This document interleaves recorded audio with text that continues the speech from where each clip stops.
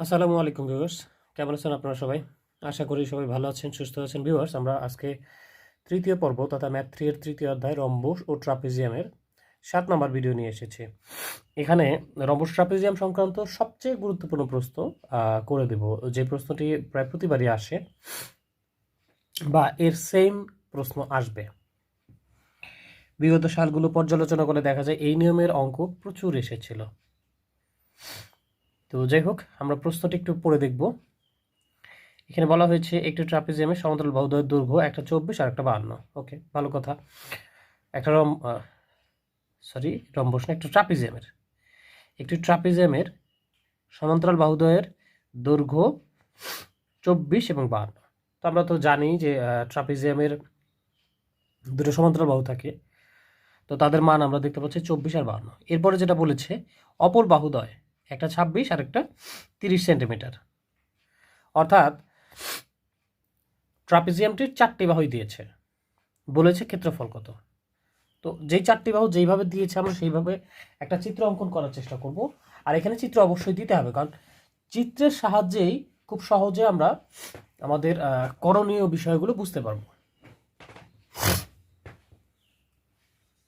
একটা ট্রাপিজিয়াম আমি আঁকি।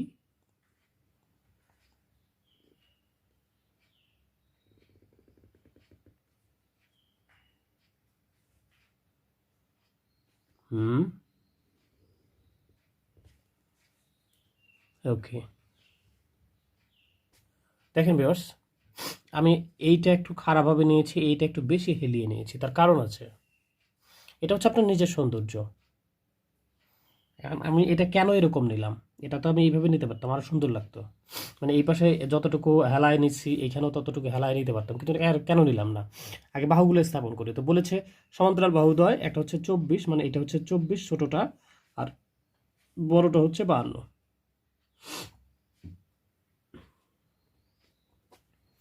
এই পুরো বাহুটা হচ্ছে 52, আর অপর দুই বাহুর মধ্যে একটা 26 আর একটা 30, তার মানে একটা ছোট একটা বড়। এবার আপনিই বলেন, আমি যদি সমান হেলায় নিতাম তাহলে এই বাহুটা যতটুকু এই বাহুটা ততটুকু হতো। এই জন্যই কিন্তু আমি এমনভাবে নিয়েছি যাতে একটা একটু বড় হয়, এর চাইতে একটা আর একটু ছোট হয়। তাহলে এটা হবে 26 আর এটা হবে 30। সেন্টিমিটার এককে রয়েছে, আপনি এখানে সেন্টিমিটার কথাগুলো লিখে দিতে পারেন, বেটার সিএম লিখে দিতে পারেন বা সেমি লিখে দিতে পারেন, কোনো সমস্যা নেই। ওকে, এখন আমার কাছে চেয়েছে হচ্ছে ক্ষেত্রফল। আর এই ক্ষেত্রফল বের করার জন্য আসলে আমার কি 4টা বাহু দিয়ে ক্ষেত্রফল বের করা যায় অথবা যায় কি না, এই বিষয়টা আপনাকে কল্পনা করতে হবে। কিংবা এখানে হিডেন কোশ্চেনটা কি বা মূল কোশ্চেনটা কি, আপনাকে আসলে কি বের করলে আপনি ক্ষেত্রফলটা বের করতে পারবেন। সেই জন্য আমাদের ক্ষেত্রফলের সূত্রটা একটু পর্যালোচনা করে দেখি। ক্ষেত্রফলের সূত্র হচ্ছে হাফ এ প্লাস বি, যেখানে এর মান দিয়েছে 24 আর একটা বি এর মান দিয়েছে 52। অর্থাৎ আমরা কিন্তু সমান্তরাল বাহুদ্বয় এখানে দেয়াই আছে, তার মানে এটাও দেওয়া আছে এটাও দেওয়া আছে, এগুলো কোনো সমস্যা না, এগুলো নিয়ে কোনো সমস্যা নেই। কিন্তু এর সাথে যে এইচটা লাগে, অর্থাৎ এই সমতল বাহুদ্বয়ের দৈর্ঘ্যে মানে কি লম্ব দূরত্ব, এটা যদি এইচ হয়, এইটা কিন্তু নাই। তার মানে এখানে আমার হিডেন কোশ্চেন বা মেইন কোশ্চেন হচ্ছে ওরা ক্ষেত্রফল চাইলো, আমার কিন্তু এইচটা বের করাটাই মুখ্য বিষয়, কারণ এইচ বের করে যে সূত্রের মধ্যে ফেলে দিলে তো ক্ষেত্রফল চলে আসে। তো আমার হিডেন কোশ্চেন হচ্ছে এইচ, মূল কোশ্চেন হচ্ছে এইচ। তো যাই হোক, আমরা এইচটা বের করবো ইনশাল্লাহ, কোনো সমস্যা নেই। তার আগে একটু একটু ফরম্যাটটা সাজিয়ে নিই। নামকরণ করা যাক এ বি সি ডি। আপনি যা দেখতে পাচ্ছেন তাই এখানে লেখা শুরু করেন। লেখেন এ বি সি ডি ট্রাপি জিয়ামে যে বাহুগুলো যত যত দেওয়া আছে, যেমন এ বি ইকুয়াল 52, এটা উল্লেখ করে দিতে পারেন। তারপর হচ্ছে বিসি ইকুয়াল 30, তারপর সিডি ইকুয়াল 24, তারপর এডি ইকুয়াল 26। এই বিষয়গুলো আপনি একটু দেখায় দিলেন স্পষ্ট করে। এরপরে যে কাজটি আপনি করবেন, আপনার মেইন দরকার বা আপনার মেইন কোশ্চেন বা হিডেন কোশ্চেন হচ্ছে এইচ এর মান নির্ণয় করা। সেই জন্য আমরা একটা বিশেষ কৌশল অবলম্বন করব। আমরা চাইলেই তো আর একটা সরলরেখার থেকে আরেকটা সরলরেখার দূরত্ব বের করতে পারি না। তো সেই জন্য আমরা যেটা করব, সি বিন্দু দিয়ে এই রেখাটার সমান্তরাল করে রেখা আঁকবো। আমরা আন্দাজে নিচ্ছি। ওকে, একটু বাঁকা হয়েছে বটে, এটা ঠিক আছে, ধরে নিলাম এইটাই। ওকে, এই সিই নিলাম। এখন আপনি এটা লিখবেন কিভাবে?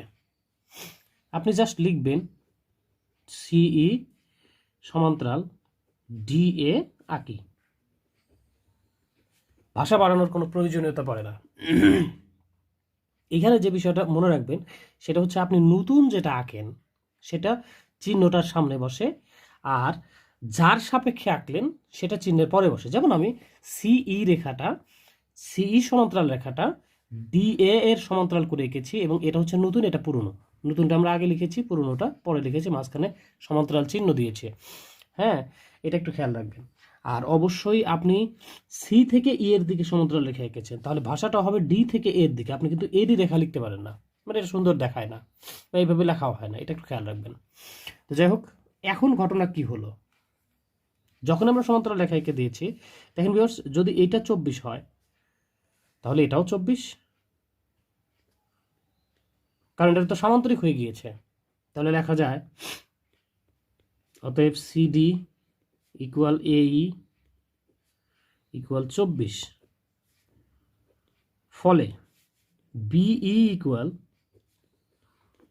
52 মাইনাস 24, কারণ আমার টোটাল এ বি হচ্ছে 52, তার মধ্যে এই হচ্ছে কত 24, তার মানে এই টোটাল 52 থেকে যদি আমি এই 24 অংশটা বাদ দিয়ে দিই তাহলে তো বি অংশটা থাকে। ঠিক, আমি এই কৌশলটা অবলম্বন করার চেষ্টা করছি এখানে। এটা সেন্টিমিটার দিয়ে দেবেন, এটাও সেন্টিমিটার। 52 থেকে 24 বাদ দিলে হয় 28। আর দেখেন এটা যদি 26 হয় তাহলে এটা অবশ্যই 26। এটা এইখানে দেওয়া যেতে পারে যে এডি ইকুয়াল ইসি ইকুয়াল 26 সেমি। এই বিষয়গুলো আপনি প্রথমে সুন্দর করে ক্লিন করে নেবেন। এখন আমরা এইচটা আসলে কিভাবে বের করব? দেখেন ভিউয়ার্স, আমার এখন এই অংশটুকুর কোনো প্রয়োজনীয়তা নেই। আর ভিউয়ার্স, এটা কিন্তু রচনামূলক প্রশ্ন, সো একটু চিন্তাভাবনাটা লম্বাভাবে রাখাই বেটার। একটু অঙ্কটা লম্বা হবে, কোনো ব্যাপার না। তা আমার এখন আর এই অংশটুকুর কোনো প্রয়োজনীয়তা নেই। আমি মূলত এই যে ত্রিভুজ একটা তৈরি হলো, এই ত্রিভুজে প্রবেশ করব। প্রবেশ করে কি করব দেখেন, আমার এই ত্রিভুজে তো 3টা বাহু দেওয়া আছে, তাহলে এই ত্রিভুজে 3টা বাহু যেহেতু দেওয়া আছে, সেহেতু আমি এস এর সূত্র দিয়ে এই ত্রিভুজের ক্ষেত্রফল বের করব। তারপরে লিখব শর্ত মতে। লক্ষ্য করেন, আপনার এইটা যদি এইচ হয় তাহলে দেখেন তো এইটা কি, এটাও এইচ। ফলে এইটা প্রথমে তো আমি এইচ দিয়ে সূত্র বের করে মানে ক্ষেত্রফল বের করে নিবই। তারপরে যেহেতু এই উচ্চতাটা দরকার, তো আমরা ত্রিভুজের ক্ষেত্রে উচ্চতা সংক্রান্ত একটা সূত্র তো জানি, হাফ গুণন ভূমি গুণন উচ্চতা। তখন আমরা এইটার যে প্রাপ্ত ক্ষেত্রফলটা আমরা এস এর মাধ্যমে বের করেছিলাম, সেটাই লিখবো যে শর্ত মতে হাফ গুণন ভূমি গুণন উচ্চতা ইকুয়াল ওই প্রাপ্ত ক্ষেত্রফলটা। সেইখান থেকে আমাদের উচ্চতাটা বের হয়ে আসবে। আর উচ্চতা বের হয়ে আসলে তার ক্ষেত্রফল নিয়ে জাস্ট এখানে এইচ এর মানটা বসায় দিব, তাহলে ক্ষেত্রফল বের হয়ে যাবে। তো যাই হোক, আমরা প্ল্যান করে ফেলেছি কিভাবে কি করব। প্রথমে আমরা ত্রিভুজটা মেনশন করে ঢুকবো। ত্রিভুজ হচ্ছে বিসিই, তাহলে ত্রিভুজ BCE is equal S S minus A S minus B S minus. এখানে এস এর মানটা বের করে নেওয়া জরুরি। তাহলে এখানে এস ইকুয়াল হচ্ছে একটা হচ্ছে 26 যোগ 28 যোগ 30 ডিভাইড বাই 2। এটা ক্যালকুলেশন করলে এইটা টোটালটা হবে 84, 84কে 2 দ্বারা ভাগ করলে হবে 42। ফলে আমরা এটা পেয়ে গেলাম। আর এই মানগুলো এখানে বসানো যাক। 42 মাইনাস 26, 42 মাইনাস 28, 42 মাইনাস 30। ওকে, এটা ক্যালকুলেটরে ক্যালকুলেশন করলে চলে আসবে 336। এইটা বের হলো আমার এই ত্রিভুজটার ক্ষেত্রফল। কিন্তু এই ত্রিভুজটার ক্ষেত্রফল তো আমরা উচ্চতা দিয়ে জানি, হাফ গুণন ভূমি গুণন উচ্চতা। তাহলে শর্ত মতে হাফ গুণন ভূমি গুণন উচ্চতা ইকুয়াল হচ্ছে 336। এখানে হাফ থাকলো। ভূমি বলতে এই ত্রিভুজের ভূমি যেহেতু এটা উচ্চতা নিয়েছে, মানে এটা লম্ব, তাহলে ভূমি এটা 28, ভূমির মান দিয়ে দিলাম 28। তাহলে উচ্চতা পাবো আমরা, ধরেছিলাম এইচ 336 থাকলো। 2 দ্বারা যদি আমরা 28কে কাটি তাহলে দেখো 14। আমার দরকার এইচ এর মান, তাহলে 14 পক্ষান্তর করা যাক। তাহলে এইচ ইকুয়াল হচ্ছে 336 ডিভাইডেড বাই 14, এটা কাটাকাটি করলে চলে আসবে হচ্ছে 24। তো ভিউয়ার্স, আমরা কিন্তু এবার উচ্চতার মানটা পেয়ে গেছি 24। এখন জাস্ট আমরা ক্ষেত্রফলের সূত্রের মধ্যে ফেলে দেবো, রম্বস তো না, ট্রাপিজিয়ামের ক্ষেত্রফলের সূত্রে ফেলে দিলেই হয়ে যাবে। তো ভিউয়ার্স, আমরা লিখেছি ট্রাপিজিয়াম এবিসিডি। আমার যে ট্রাপিজিয়ামটা ছিল, এই যে এখানে আমরা ছাপ দেখতে পাচ্ছি, ট্রাপিজিয়ামটার নাম ছিল এবিসিডি। তো এই জন্য লিখছি ট্রাপিজিয়াম এবিসিডি ইকুয়াল, সূত্র হচ্ছে হাফ সমান্তরাল বাহুদ্বয়ের যোগফল, সমান্তরাল বাহু একটা ছিল 24 আর একটা ছিল 52, গুণন এইচ এর মান আমরা কিছুক্ষণ আগে বের করলাম 24, জাস্ট এখানে বসায় দিয়েছি, 2 দ্বারা 24কে কাটলাম, হয়ে গেল 12। আর এটা যদি আমরা এখন ক্যালকুলেটরে বা ক্যালকুলেশন করি, এটা যোগ করে 12 দ্বারা গুণ করি, চলে আসবে 912 বর্গ, যেহেতু ক্ষেত্রফল সেন্টিমিটার ছিল, তাহলে সেন্টিমিটার এককে অ্যান্সার দেখা দেবো, দ্যাট ইজ অ্যান্সার। তো ভিউয়ার্স, আশা করি প্রশ্নটি বুঝতে পেরেছেন, মেকানিজমটা বুঝতে পেরেছেন। এখানে মেকানিজমটা বোঝাটা জরুরি, কারণ সেম প্রশ্ন আমি আপনাকে 50টা করাইলাম, আপনি 50টা প্র্যাকটিস করলেন, ওই 50টার মধ্যে যে কমন আসবে এমন কোনো কথা নেই, মান চেঞ্জ করে দিতে পারে, সাধারণত যদিও দেয় না। আপনি মেকানিজমটা সবার আগে ভালো করে বুঝে নেবেন যে কোন ভাষা দিয়ে শুরু করবেন, কোন ভাষা দেবেন, কি ভাষা দেওয়া দরকার, সহজ সরলভাবে আপনার মতো করে দিয়ে দেবেন, দেখবেন ইনশাআল্লাহ সব মিলে যাবে। তো দেখি এর সেম প্রশ্ন কতগুলি রয়েছে এবং সেম প্রশ্নগুলো করা যাবে কিনা। আর চিত্রটার ব্যাপারে যেটা বললাম, আপনার নিজস্ব সৌন্দর্যটা বজায় রেখে চিত্র দেবেন। দেখেন, আমি এখানে সেম প্রশ্নগুলির কিছু প্রশ্ন এখানে দিয়েছি, আসলে বহু প্রশ্ন এসেছে, তার মধ্যে এখানে 3-4টা প্রশ্ন দেখাচ্ছি, তারপর আরও দেখাবো। প্রশ্নগুলো পড়ে দিতে গেলে বেশ একটু সময় লাগবে, আপনারা স্ক্রিনশট নিয়ে কাজ করবেন, কোনো সমস্যা নেই। আর যেই জায়গাগুলোতে কথা বলার আছে সেই জায়গাগুলোতে একটু কথা বলে দিই। যেমন এই প্রশ্নটা একেবারে হুবহু আগের মতোই, সমান্তরাল বাহুগুলো আলাদা করে দিছে, বাকি দুই বাহু আলাদা করে দিয়ে দিছে। এই যে দিয়েছে সমান্তরাল বাহুদ্বয়ের দৈর্ঘ্য একটা 46, একটা 76, অপর বাহু একটা 26, একটা 28, স্পষ্ট করে বলে দিয়েছে কোন দুইটা সমান্তরাল, কোন দুইটা সমান্তরাল না। কিন্তু আপনি পরের প্রশ্নটা যদি পড়ে দেখেন, একটি ট্রাপিজিয়ামের ক্ষেত্রফল বের করো যার বাহুগুলো 13, 11, 15, 25। এখন এই যে 4টা বাহু একসাথে দিচ্ছে, এদের মধ্যে কোনটা কোনটা সমান্তরাল সেটা অবশ্যই বলা থাকবে, এই যে বলা আছে এর দ্বিতীয়টি চতুর্থটি সমান্তরাল, অর্থাৎ এর সমান্তরাল বাহু হচ্ছে একটা 11 আর একটা হচ্ছে 25। এইভাবে আপনাকে অবশ্যই সমান্তরাল বাহু দুটো ফাইন্ড আউট করতে হবে, কারণ ট্রাপিজিয়ামের ক্ষেত্রে সমান্তরাল বাহু দুটো সবচেয়ে গুরুত্বপূর্ণ। এইভাবে আপনি এই প্রশ্নগুলো যদি পড়ে দেখেন পাবেন, কোনো সমস্যা নেই। তারপরের প্রশ্নটার ক্ষেত্রেও দেখবেন সমান্তরাল বাহু স্পষ্ট করে বলেই দিয়েছে। এরপরে আমি আরও দুটি প্রশ্ন দেখাচ্ছি, এই যে এটা আর এটা, এখানেও এই যে সমান্তরাল বাহু একটা 24, 60 আলাদা করে বলে দিয়েছে, আর অপর দুই বাহু 28, 32, সমস্যা নেই, একসাথে বোধহয় ওই একটা অঙ্কতেই দেওয়া ছিল।